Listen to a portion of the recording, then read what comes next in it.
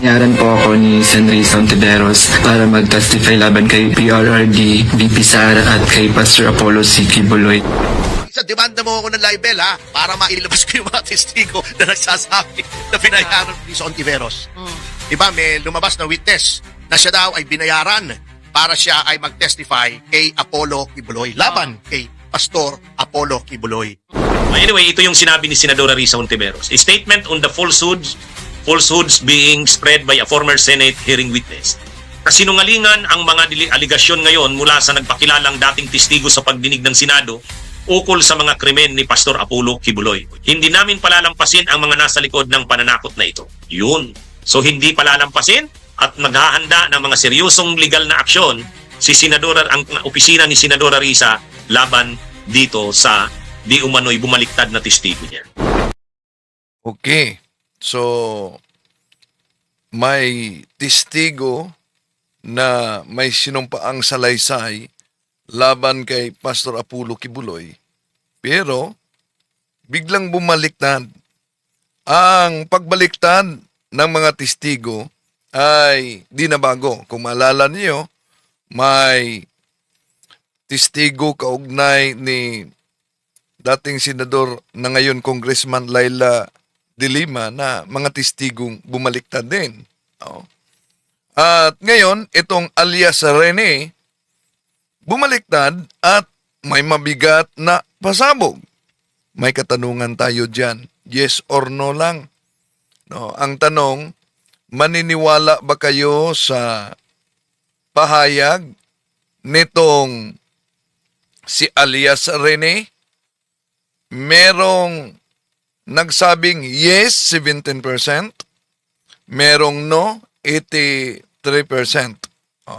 Yes and no lang yan. Pindutin ninyo. Tatalakayin natin ito mga kapatid. No? Dahil ano po ba ang pananaw kahit sa mga jurisprudence sa korte kaugnay sa mga saksing nag-retract o yung bumaliktad. Halimbawa, sinabi niyang nabayaran siya noon. Idi, una, kung sinabi niyang nabayaran siya noon, malaking posibilidad na nabayaran din siya ngayon. Pero tatalakayin natin ito. Ito kaya ang isang susi na pwedeng makapagpaligtas kay Pastor Apollo Kibuloy sa patong-patong niya na kaso? Tara, tatalakayin natin ito. Kasi kalingan, pag palaging inulit-ulit ay magmukha talaga ang katotohanan para sa ating mga kapatid na kulang ang kaalaman. Ang pagkadaya ay maranasan sa iba't ibang paraan. Pero napakasakit pag madaya tayo sa pananampalataya. Dahil nanganib pati ang ating kaluluwa. Viva Cristo Rey! Pro Dio et Ecclesia!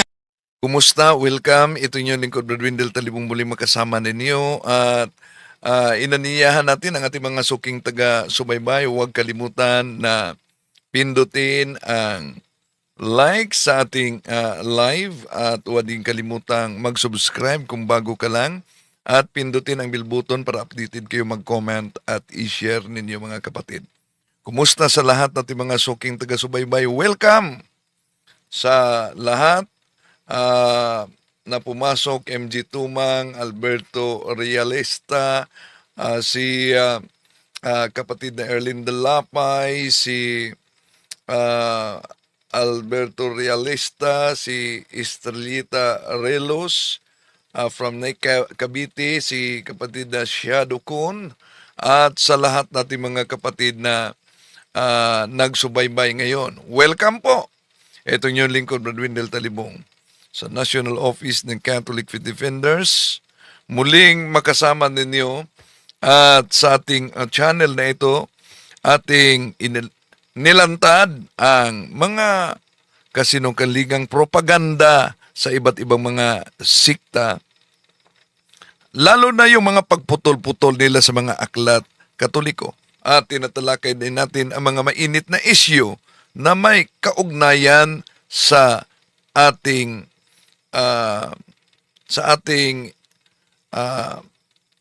politika, no? Dahil bahagi yan sa ating pagiging Kristiyano. Nasa Acts and Decrees of Second Plenary yan of the Philippines na deklarasyon na bawat pare at laiko dapat aktibong makibahagi sa mga isyu sa ating lipunan. Kumusta? At di na natin pa lalampasin, patatagalin pa mga kapatid, no? May nangyari bang bayaran talaga? No? Sabi sa nag-retract na alias Rene mga kapatid, bumaliktad. Ito ang kumalat at nag-viral na video sa bumaliktad na alias yung testigo noon ni Senador Risa Hontiveros. Pakinggan natin. Ako po si Michael Maurilio alias Rene. Hindi po ako pinilit na magsalita ng katotohanan. Kusang loob ko pong inilalahad ang mga nagawa kong kasalanan at mga plano laban kay Pastor Apollo C. Kibuloy at sa So sinabi niya dito na hindi siya napilitang ilahad. No? Sinabi niya dito, hindi siya napilitang ilahad. Pero, sinabi din niya noong nagtestigo siya sa Senate na di siya pilitang ilahad ang kanyang pahayag. Hindi siya napilitang ilahad. Ngayon, hindi naman siya napilitang ilahad.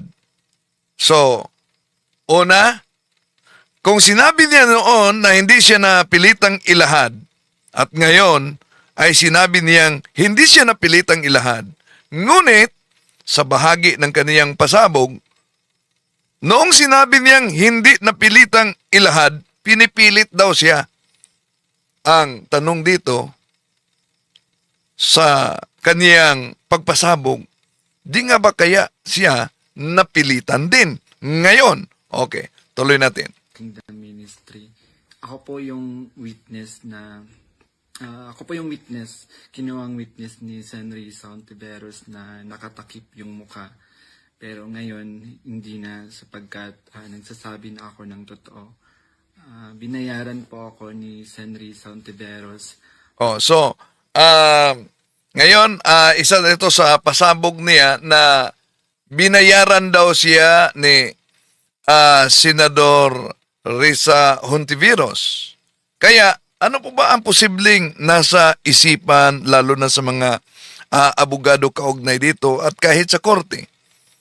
Ang nasa isip dito, kung noon, kung totoo, halimbawa, binayaran siya sa kanyang pasabog galing kay Senador Risa Hontiveros, ibig sabihin, noon, tumanggap siya ng bayad. Kung tumanggap siya ng bayad noon, ang tanong, di ba siya tumanggap ng bayad ngayon para bumaliktad? Okay, tuloy tayo. Para mag-testify laban kay PRRD, VP Sara at kay Pastor Apollo C. Kibuloy.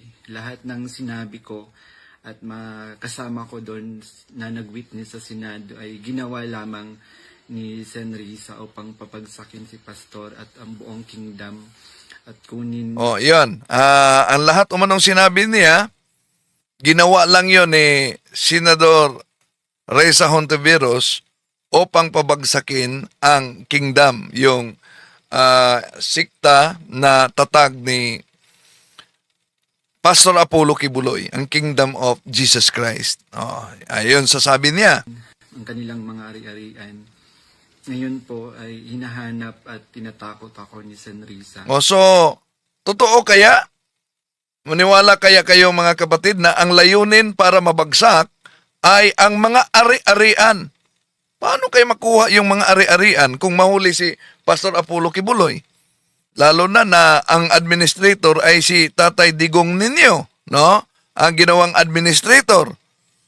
So, ang layunin daw para mapabagsak si Pastor Apollo Kibuloy ay makuha ang ari-arian. Pero, bago ang Senate hearing, bago yung paglabas ng warrant of arrest, bago yung pagbuhay sa kaso ni Pastor Apollo Kibuloy, may nauna ng mga kaso siya doon mismo sa Estados Unidos. Di po ba? Kaya nga, may kondisyon siya. Noon, sa una niyang inilabas na audio message na susoko lamang siya sa kondisyon na lalagda NBI, Department of Justice, ang presidente, na mangako na hindi siya isusoko sa Estados Unidos. Tuloy natin. Ako po ay dating full-time worker ng Kingdom of Jesus Christ na pinamumunuan ni Pastor Apollo Kibuloy. Na-convert ako noong 2015 at naging full-time noong 2019 kung saan na-assign po ako sa Glory Mountain sa Davao City. Lumabas po ako ng 2021, ngunit nagpaalam po ako ng maayos at pinayagan naman ako ng Kingdom dahil may balak po akong bumalik pagkatapos ng ilang taon. Noong January 2024, nag-vlog po ako kasama ang isang ex-full-time na si Lawrence Capuno dahil nagsimula na noon yung unang pagdinig na sa Senado sa pangunguna ni Senrisa Ontiveros tungkol sa mga aligasyon ng sexual abuse at human trafficking na isinampalaban kay Pastor Apollo Kibuloy. Sa vlog na yon, pinasinungalingan namin yung mga claim ni Blenda Portugal alias Amanda at nung iba pa na pawang kasinungalingan lahat. Noong February 2024, kinontak ako ng isang ex-full-time na si Shishir Bandari at inalok na maging witness sa Senate investigation ni Senador Risa kapalit ng financial assistance. Pumayag ako dahil sa panahon din yun, nangangailangan din ako ng pera. Binigyan ako ni Shishir ng email ng opisina ni Senrisa upang magpadala ng formal na email kahit anong aking sabihin daw. Sabi niya kapag nakipag-usap ako sa kanila, sabihin ko lamang na taga-kingdom ako at lumabas na sa ministry at idagdag ko daw na sinasaktan ako ni Pastor. So sa aking email, sinabi ko doon na Iyon, tinuruan daw siya na magpahayag sa ganyan, no? Ang tanong, ngayon, di ba siya tinuruan din na ipahayag yan? Maalala ninyo, merong mga jurisprudence na noon, no, kaugnay sa mga bumaliktad na mga saksi sa People of the Philippines versus Mr. X disguised by Chief Justice Diosdado Peralta to protect the reputation. September 22, 19 sandali muna. Okay. At 2020, ito po ang mabasa dito kaugnay sa bumaliktad, no? The High Court said that courts are worried about recantations. They are usually results of bribery or forced intimidation, coercion, and deceit. Peralta, a recent trial judge, and my fellow professor of law in UST said, as a rule, recantation is viewed with disfavor, firstly, because the recantation of her testimony by a vital witness of the state, like AAA, is exceedingly unreliable. And secondly, because there is always the possibility that such recantation may later be repudiated. Yun ang bahagi lang yan. No? Meron pang mga iba pang pahayag ang korte kaugnay dyan. galing ako sa Kingdom at lumabas noong 2021. Ilang araw pagkatapos noon, kinontak ako ng isang staff ni Senrisa na si Fiona upang makipag-meet sa akin through video call. Sa pag-meeting namin kay Attorney J. Becama, Chief of Staff ni Sen. Ontiveros, pinagawa ako ng affidavit tungkol sa mga gawain ko sa loob ng tinda, mga transaction at operation na kinasangkutan ko. Ang isinulat ko doon ay pawang mga personal kong experience lamang at wala akong Oh, so pinagawa siya ng affidavit and then dinagdagan daw umano yon. binanggit na pananakit, sexual abuse o human trafficking sa aking salaysay. Matapos kong ibigay yung affidavit, muli kaming nag-meet ni Attorney Becama. Pagkaraan ng 2 araw, binigyan niya ako ng revised affidavit na naglalaman na ng mga karagdagang aligasyon ng pananakit ni Pastor na hindi ko naman naranasan o nakita. Kasama rin dito yung maling pahayag na ako daw ay na-assign sa SMNA News kahit hindi totoo dahil ako ay nasa Glory Mountain mula 2019 hanggang 2021.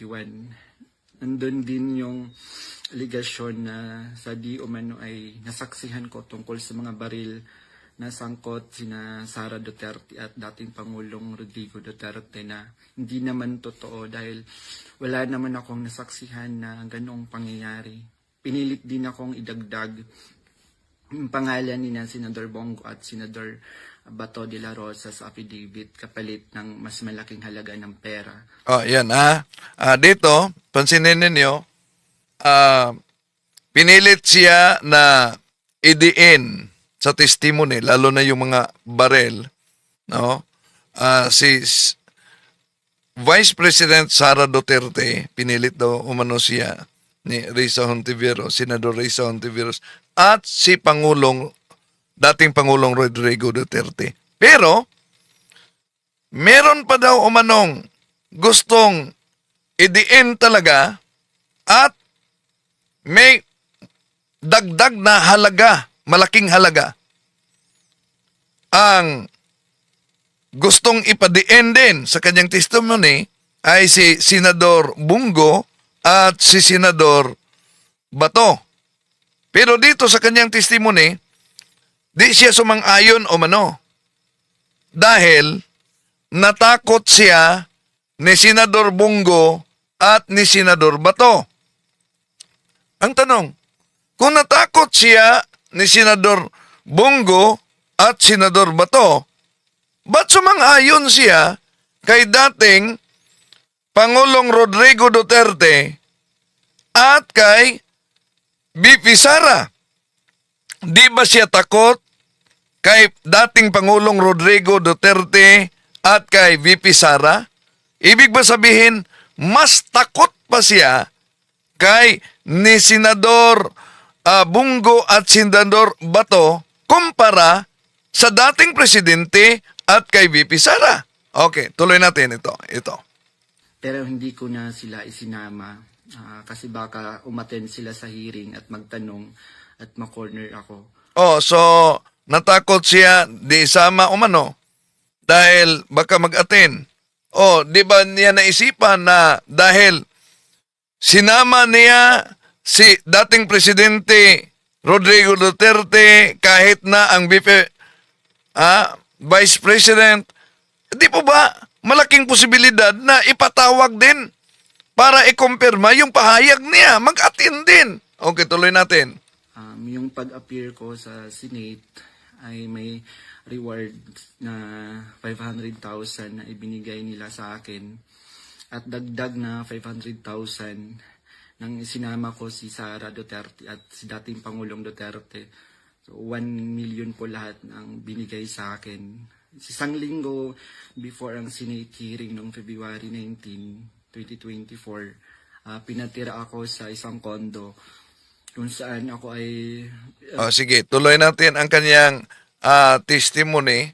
Pakinggan nyo muna. Then, may reaction dito si Attorney Inso, mga kapatid.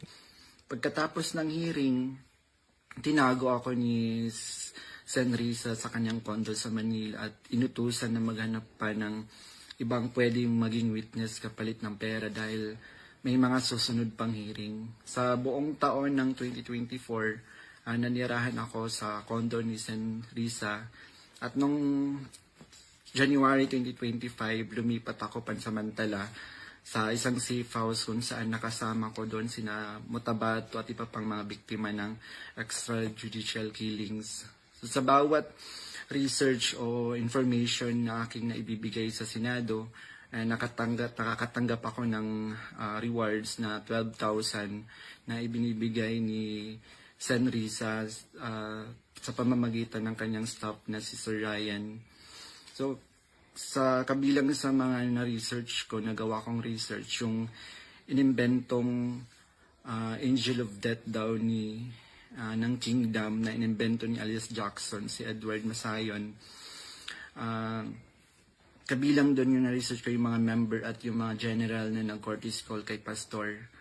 Noong August 29, 2024, nag-dinner meeting kami nila Blenda Portugal alias Amanda, kasama ang kanyang legal team na sina Attorney Joanna Paula Domingo at ng Office of the Special Assistant to the President at si Attorney Ian Interina at yung kasama yung abogado ko na si Attorney Ange May Bagudyo sa isang hotel sa Quezon City.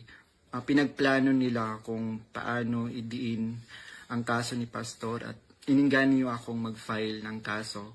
Sabi ni Attorney Domingo na mas maganda mag-focus kami sa human trafficking dahil mahina ang kaso sa sexual abuse. Sabi pa ni Attorney Domingo na matalik siya na kaibigan ni Attorney Pearl Angelica Canada na dating abogado ng Kingdom at dating namuno sa Jose Maria College.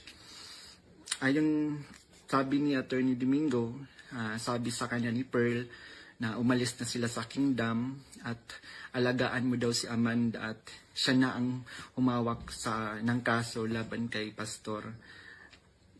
Kasamang kanyang kapatid na si Attorney Lady Jade Canada at si Shishir Bandari sa US na nabanggit ko na kumontak sa akin upang siraan si Pastor. Dagdag pa ni Attorney Domingo na gumagamit sila ng private jet mula kay Secretary Antonio Lagdameo papuntang Davao para sa kaso ni alias Amanda dahil sabi ni Attorney Domingo ito ay para sa seguridad nila sapagkat may natatanggap daw silang security threat.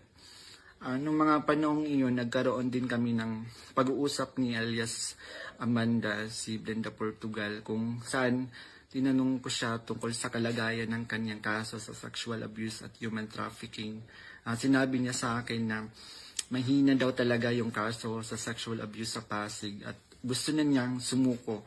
Kaya lang may mga nagsusulsul daw sa kanya na ituloy pa rin yung kaso. Nakiusap niya lang siya sa akin na tulungan ko siyang maging witness sa kanyang kaso sa human trafficking. At nanghingi pa siya ng ebidensya kung meron daw akong naipon or naitago ng mga patunay sa sexual abuse. So, ipiniliwanag ko sa kanya na wala akong ebidensya dahil hindi ako kasama sa mga pangyayaring iyon dahil nagsimula lamang ako bilang full-time noong 2019. At Yon ang pahayag, bahagi lang sa pahayag. Pero ito ang komento ni Attorney Enzo. Yan. Punto diretso ulit tayo. Ito na. Sinagot na ni Senadora Risa ang bumaliktad raw na testigo niya. Yung testigo niya kontra kay Kibuloy sa Senate hearings na sinagawa niya. Sabi ni Senadora Risa, sinungaling ito. Hindi niya palalampasin ang ginawa nito. At kakaharap ito ng mga seryosong aksyong legal na gagawin nila. Tama lang yan. Tama lang po yung aksyon na yan ni Senadora Risa. Kasi parang lalabas dito na lahat ng mga pinagpaguran ni Senadora Risa, yung lahat ng kanyang mga ginawa na hinangaan sa kanya ng taong bayan, yung kanyang tapang, yung kanyang sipag, yung mga Senate investigations na sinagawa niya tungkol sa illegal na pugo, tungkol sa mga krimen at pang-aabuso ni Kibuloy at ng kanyang mga kasabwat, at marami pang mga investigasyon na sinagawa ni Senadora Risa. Kaya nga sumaludo sa kanya ang mamamayan. Kaya nga hinangaan siya. Lalo na ngayon dito sa impeachment, siya rin at saka si Senador Coco ang talagang matatak ang paninindigan na ituloy ang impeachment trial laban kay Sara Duterte. Kaya humahanga ang taong bayan kay Senadora Risa na marami nang nagtutulak sa kanya na posible itong tumakbo bilang presidente o kaya vice-presidente sa 2028 na kaagad namang sinagot ni Senadora Risa na bukas siya. Bukas siya na kung talagang pipiliin siya ng oposisyon na maging pambato at kung hindi tatakbo si dating Vice President Leni Robredo, bukas siya. Kaya lang, itong mga itong mga ginagawang ito ni Senadora Risa, hindi ito nagugustuhan ng kampo ng mga Duterte at ni Digong at ni Sara. O syempre, at ni Kibuloy.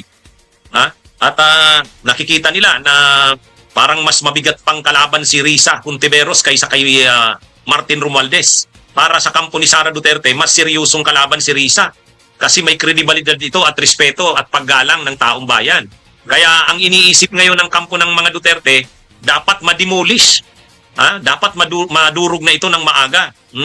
Kitlin sa usbong. Kumbaga nagsisimula pa lang si Senadora Risa na maging kilala, matibay, at seryosong kalaban sa 2028 ni Sara. Sa usbong pa lang, kitlin na. At ito na nga, kung kikitlin o ininip in the bud, kitlin sa usbong pa lang, nagsisimula pa lang, ito na. Kasi para hindi makabuelo si Senadora Risa, matakot ito lalo sa impeachment trial ni Sara. At para magawa yan, papalabasin na si Senadora Risa ay nagbayad at pinersa ang kanyang mga testigo. At itong isang ito na naging testigo sa Senate investigation niya laban kay Kibuloy, ayun, bumaliktad. Sabi binayaran daw siya ni Senadora Risa. Ang layo naman. Hindi naman milyonaryo si Senadora. Saan naman siya sa ang pagkatao ni Senadora Risa, hindi gagawa ng ganyan. Hindi gagawa ng ganyan.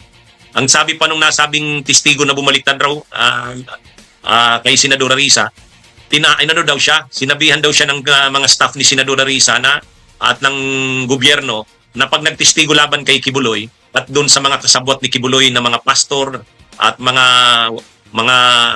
opisyal ng Kingdom of Jesus Christ ng SMNI, kapag nabawi daw yung mga yaman mula kila Kibuloy, nakuha ng gobyerno, bibigyan daw ng reward. Yun daw ang pangako. ang tindi naman ng nasabing testigo, Anyway, ito yung sinabi ni Senadora Risa Hontiveros. A statement on the falsehoods being spread by a former Senate hearing witness.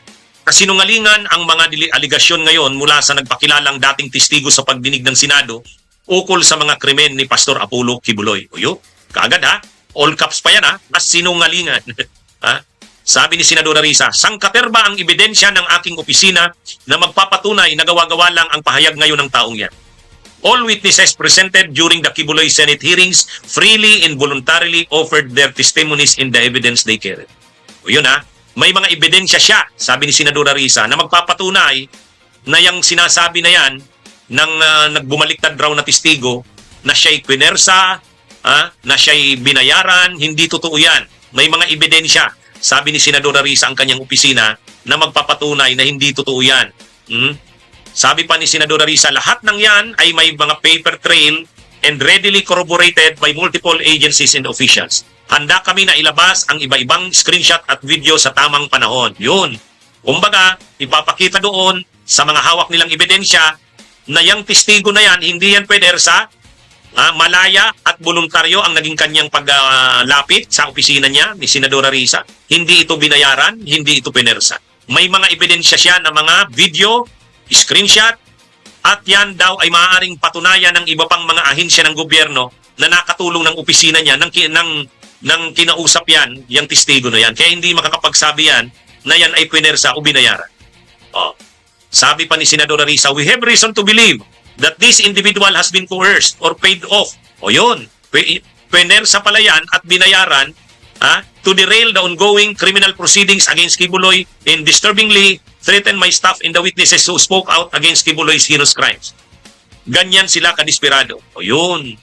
Ang tingin ni Senadora Risa, binayaran yan, inalok. Ang totoong nagbayad dyan at nanakot ay ang kampo ni Kibuloy. Para magamit, mapahina yung kaso ni Kibuloy doon sa mga kinakaharap niyang kaso katulad ng qualified human trafficking. At yung mga testigo na laban kay Kibuloy ay matakot. Yan daw ang rason niya. Sabi ni Senadora Risa, ganyan sila kadesperado. So ano ng plano ni Senadora Risa? Sabi niya, we are preparing our serious legal response against this act of harassment and intimidation. Hindi namin palalampasin ang mga nasa likod ng pananakot na ito. Yun. So hindi palalampasin at maghahanda ng mga seryosong legal na aksyon si Senadora, ang opisina ni Senadora Risa laban dito sa di umano'y bumaliktad na testigo niya. Yun. Tama lang yun. Tama. Hindi dapat palampasin ito. So, abangan natin ano ang sunod na mangyari. Ito bang pag-retract sa isa sa mga witnesses ni Senador Risa Hontiveros ay makatulong ba ito upang ang mga kaso ni Pastor Apollo Kibuloy ay malulusutan niya? To make his message known is our responsibility. So here we are to pledge our lives to the